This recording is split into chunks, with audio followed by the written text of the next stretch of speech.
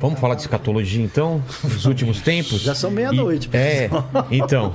Ou isso vai abrir uma ponte muito alta? Depende do que a gente vai falar. Não, é mais em relação a Jesus mesmo, dessa segunda volta e desse arrebatamento, tribulação e tudo mais. Olha, o que todo mundo concorda é relativamente simples, tá? O que todo mundo concorda em termos, vamos lá, vai. O que as grandes tradições concordam e as versões oficiais concordam, porque todo mundo é muita gente. Então, se você pergunta na esquina, vai ter gente... Não é só na esquina, não. Na esquina é modo de dizer. Na esquina é modo de dizer. Né? Os donos das grandes narrativas, oriundos da teologia europeia do século XVI, têm esse costume de menosprezar uma teologia latino-americana, que é a nossa teologia. Aí eles chamam de esquina e tal, mas não é só isso. Não foi a isso que eu me referi nunca. Mas não foi nunca. Você acha que eu tô falando do René Padilha? Não. Não, o René Padilha é só um deles. Não, mas é uma boa epítome. Agora... Ó, epítome, pô. Epítome, mais uma aí você quebra. Aí me quebra. Mas assim... o que dá pra gente achar concordância nas grandes tradições cristãs? Primeiro, a gente aguarda um retorno de Cristo. Ponto. Tá? Que foi prometido. Que foi prometido e que é um retorno que é para lidar com o restante dessa crueldade que a gente ainda vê. Isso dá para afirmar que é geral. O que dá para afirmar que deveria ser geral também, e em alguns aspectos não é? De que existe uma restauração de todas as coisas no final. Existem algumas tradições cristãs que acham que tudo vai ser destruído. Biblicamente é muito difícil de defender esse tipo de posição. Tá? Mas existe gente que pensa dessa maneira. Quando isso acontece e como acontece, aí é que você tem um carnaval. Aí é que você tem um festival de discussões. Tá? Se isso acontece com um arrebatamento, depois a chegada de um anticristo e depois um milênio de paz, uma vertente vai dizer isso.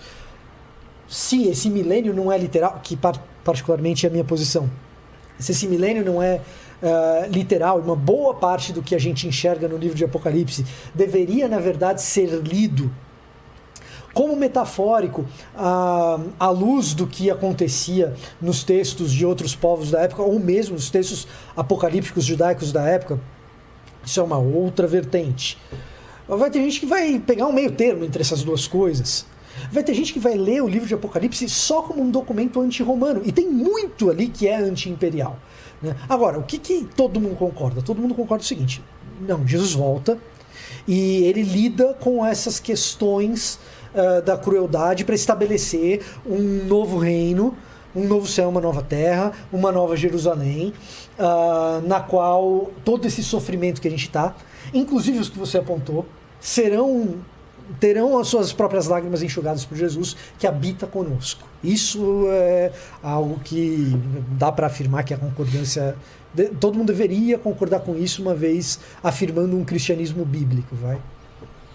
A dificuldade de lidar com os textos do Apocalipse é que, por definição, eles são mais difíceis. Porque são enigmáticos, né? São simbólicos, né? E muitos dos livros semelhantes, muitas vezes, vinham com a chave da interpretação no próprio livro. O Apocalipse de João não Como vem. Assim?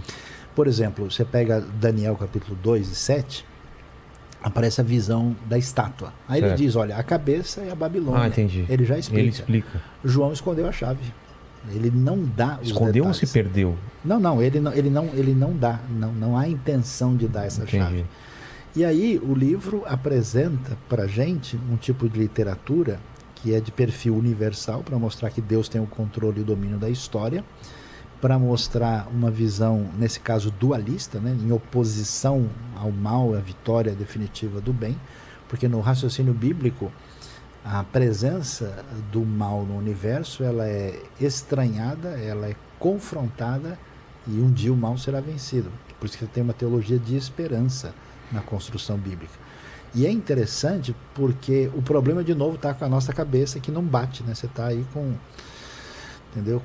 a chave da senha errada, você está enfiando o arquivo do Mac no PC e diz que não funciona, né? Porque na cabeça bíblica os últimos dias já começaram, desde a vinda de Jesus. Ali é o começo. Com essa invasão do futuro no presente, começa... Já começou. Então, desde lá a gente já nos últimos dias. Aí os últimos dias começam lá. Então, tem parte dessa profecia que diz respeito à época da primeira vinda. Outra parte diz respeito à trajetória da igreja. E outra parte diz respeito ao desfecho. E às vezes a profecia é biflex. Ela fala ao mesmo tempo do passado e do futuro. Então, nesse sentido, por exemplo, quando é que a grande tribulação já está sendo?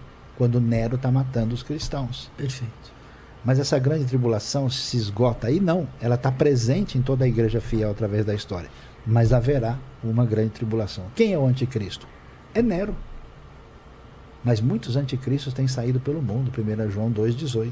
Então, há vários anticristos na história, mas tem um anticristo final. O próprio Domiciano, logo depois. O que o pessoal faz? O pessoal diz, não, minha bandeira é do passado, então eu sou preterista, eu acho que tudo aconteceu lá e não existe expectativa do futuro. Então você tem uma radicalização, um desbalanceamento escatológico. Você tem o pessoal que é futurista, não tem nada passado, é tudo para o futuro e vai acontecer assim. E aí o pessoal mede o quanto eles pretendem ser mais ou menos literais. Então, aí é que está a raiz da confusão. Mas, assim, dá para a gente conversar a vida toda mais 6 meses aqui sobre o assunto. E não chega em lugar nenhum, né?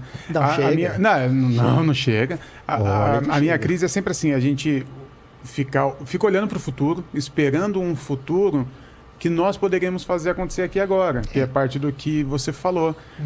Escatologia inaugurada. Nós precisamos. Sim. Isso é parte da fé cristã. Que é a crítica do Nietzsche, né? Quando ele vai falar que a visão cristã de que o mundo é feio e mal tornou o mundo feio e mal. Por quê? Foi tornando aquela ideia de, não, vai vir um depois, vai vir um perfeito. Uma promessa que não se cumpre. E vai abandonando aqui. Não, Jesus vai enxugar toda a lágrima. Então, não, pega aí que Jesus vai enxugar sua lágrima. Pega aí, mas você está chorando porque eu estou te causando dor, agora eu estou esperando Isso Jesus... é uma teologia que não lê Tessalonicenses. Agora a gente pode parar o sofrimento aqui e viver o reino de Deus aqui agora. Então, isso é certeza. Mas a dinâmica que a gente pode... bíblica é essa. Você tem a esperança do futuro que cativa você com a força da utopia na direção do futuro, ao mesmo tempo que você constrói no presente. O que o pessoal faz? Eles quebram. Aí ou o cara fica no passado ou ele fica só no futuro. Aí causa exatamente o fim da tensão entre o já e o ainda não, né? O reino já começou e ainda vai chegar. Então quando você quebra esse elemento vital, aí...